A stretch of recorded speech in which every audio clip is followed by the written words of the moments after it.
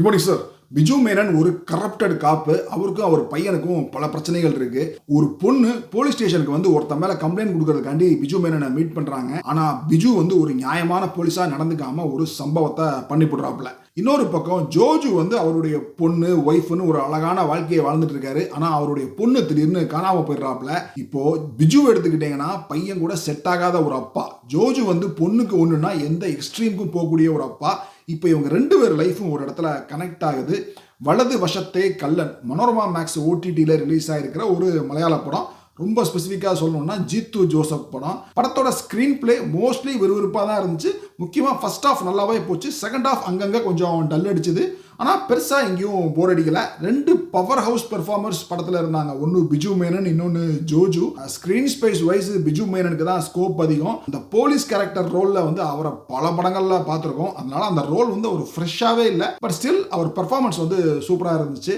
இந்த படத்தோட எனக்கு ஒரு பெரிய எமோஷனல் கனெக்டே வரல. ஏன்னா ஒரு படம்னா இவன் தான் ஹீரோ, இவன் தான் வில்லன், படத்தோட மெயின் கான்ஃப்ளிக்ட் இதுதான் அப்படின்னு எதுவுமே ஸ்டெடியாக இல்லாமல் ஒரு மாதிரி எல்லாமே கொலகொலன்னு இருந்துச்சு.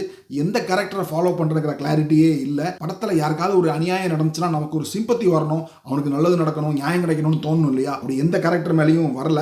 இன்னொன்று த்ரில்லர் அப்படிங்கிற திகு ஃபீலிங்கும் இந்த படத்தில் எங்கேயுமே வரல. ஃபர்ஸ்ட் ஹாஃப்ல பிஜு மேனன் வந்து ஒரு சாதாரண போலீஸாக இருப்பாப்ல. செகண்ட் ஹாஃப்ல திடீர்னு பயங்கர அறிவாளியாக மாறி பல பசில்ஸ்லாம் சால்வ் பண்ணுவார். ஒரே நைட்டில் உட்காந்து வெண்டகாயா சாப்பிட்டு தள்ளலாம் கூட இவ்வளோ அறிவாளியாக ஆக முடியுமான்னு தெரியல. கிளைமேக்ஸ் இப்படி தான் முடிச்சு ஆகணும். ஆனால் அந்த கிளைமேக்ஸ் அவ்வளோ கன்வின்சிங்காக இல்லை. பேரண்டிங் பற்றி படத்தில் ஒரு மெசேஜ் சொல்லியிருந்தாங்க. அந்த மெசேஜ் நல்லா இருந்துச்சு. கம்பேரிட்டிவ்லி ஃபர்ஸ்ட் ஹாஃப் கொஞ்சம் விறுவிறுப்பாக போச்சு. ஏன்னா என்ன நடக்குது, எதை நோக்கி இந்த படம் போகுது அப்படிங்கிற ஒரு கியூரியாசிட்டி இருந்துச்சு. கொஞ்சம் கொஞ்சமாக படம் ப்ரெடிக்டபிளாக மாற ஆரம்பிச்சது. செகண்ட் ஹாஃப்லாம் டூ ப்ரெடிக்டபிளாக இருந்துச்சு. அது ஒரு ட்விஸ்ட்டுங்கிறது ஆடியன்ஸ் எதிர்பார்க்காத ஒரு மொமெண்ட் இருக்கணும். பட் அவ்வளோ கன்வின்சிங்காக இருக்கணும். வாவ், இது யோசிக்கவே இல்லையா அப்படின்னு தோணணும் இல்லையா? அப்படி ட்விஸ்ட்லாம் எதுவும் கிடையாது. ஒன்று ரெண்டு அங்கங்கே இருக்கும். அது வந்து படத்தோட விறுவிறுப்புக்கு ஹெல்ப் பண்ணிச்சே தவிர இதெல்லாம் பெருசாக ஒரு இம்ப்ரெஷனை கிரியேட் பண்ணல. டுவர்ட்ஸ் த கிளைமேக்ஸ் பார்த்தீங்கன்னா ஒரு ரிவெஞ்ச் படம் ஒன்று வரும். அதெல்லாம் கொஞ்சம் கொலன்னு இழுத்து கொண்டு போயிருந்ததா ஃபீல் பண்ணேன். ஓவராலாக அந்த படத்தை தனியாக சொல்றதுனாலே ஒரு ஆவரேஜான படமாக தான் எனக்கு தோணுச்சு.